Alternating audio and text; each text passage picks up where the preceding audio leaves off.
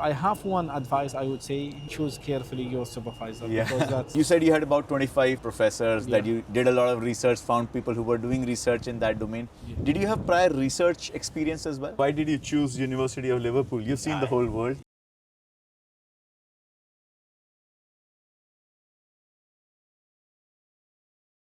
So, all right, guys, good morning. We are in the city of Liverpool and we have a friend here from Saudi Arabia, and we don't interview PhD students so many times, and he's also not just doing a PhD, but he's doing PhD in AI. So, a lot of amazing conversation opportunities with us. We're going to learn from him so that you guys can make better decisions for your own careers and studying in the UK. So, welcome, my friend. Welcome to our channel. Why don't you maybe introduce a little bit, your name, where you are from in Saudi, and how come you landed here in the UK? Yeah, I'm Salim al-Utaybi. I'm from Saudi Arabia, especially in the southern part from the city. It's called Bisha, small city. I have been there since May 23. Okay. I started my PhD there. Before that, I did my master in Swansea. At Swansea University? Yeah. Okay. So I have been in many places. Before that, in 2017, I was in Canada. Okay. And in 2019, I was in Brisbane in Australia. Oh, wow. So that's, So that is like from Canada to Australia, you crossed the world. Yeah, it's Yeah. a big change from Canada to Australia, but I have done it.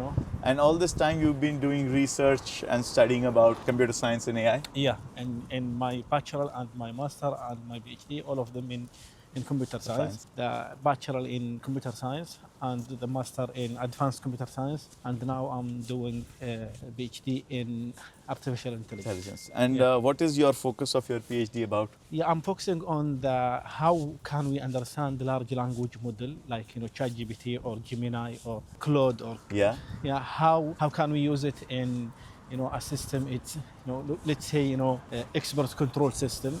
They have we need to understand how these models understand the regulation of experts something outside UK. Okay. If they how these models build, if they have some bias based on some country, based on some region, something like this. So basically, like for example, how will ChatGPT adapt to the Saudi culture if it is being used in Saudi? Especially in specific subject like law or something like this. Right. How can we say it in our area fine-tuning. How can we change the model to make it work well for specific subject? And why did you choose University of Liverpool? You've seen the whole world. Yeah. Why did you choose this university? It's to be honest, Liverpool, it's a nice city.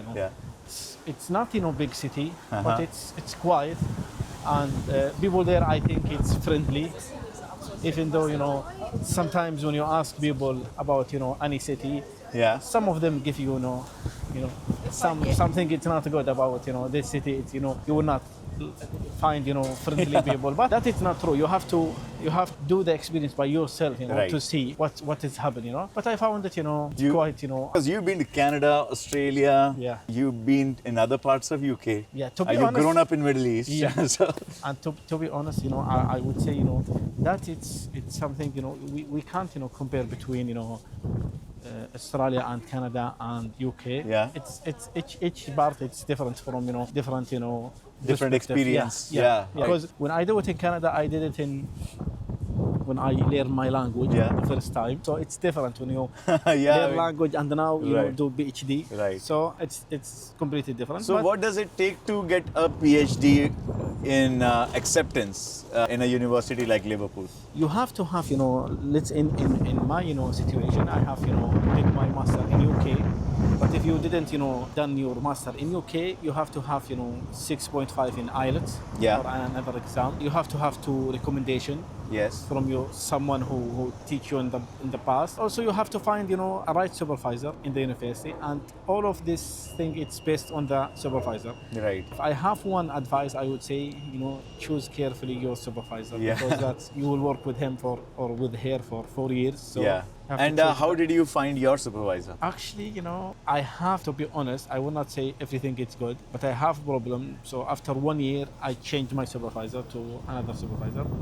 So because we have some disagreement in our work, different view of the work. So we decided to change the best thing to do it is to change, the supervisor. And I did well now with the new supervisor. And if I have the chance, I would choose this supervisor in the first time. But But like, did you reach out to like hundreds of professors? I remember I have a Word file table with almost be 25, supervisor around the UK. Yeah. So I just sent an email and just waiting for them to respond to my email. So I found a chance to study in Liverpool when the supervisor sent me, and she likes my proposal.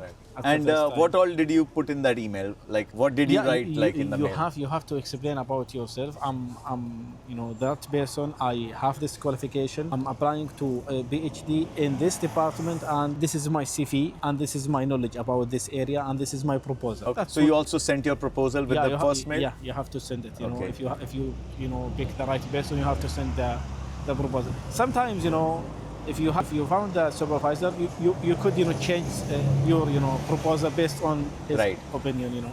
And you said you had about 25 professors that you did a lot of research, found people who were doing research in that domain. Did you have prior research experience as well? Yeah, we have as we did in master. We have some subject about research, so we also have this experience to did you have any publications, like research publications? No, to be honest, at that time I haven't done any research. And even though I have some research, but I haven't done publication until I start my PhD. Okay, so that's fantastic. So a lot of students from India are looking to do PhD here. Good. So now you guys know, of course you need IELTS, of course you will need recommendations, but you need to identify the right professors, the right supervisors, and then send them your CV, your research proposal, and tell them why you are a right fit. And our friend here did not have any research publications before, but of course he had studied and had a lot of global exposure, which he brings to the table. You have to believe in yourself. Yeah, you have to believe in yourself and absolutely go out, give it a shot, and write to the faculties. Thank you so much, Matt. Thank you so much. That was fantastic learning how to get into a top university PhD and in such a competitive field like AI. So our lucky day.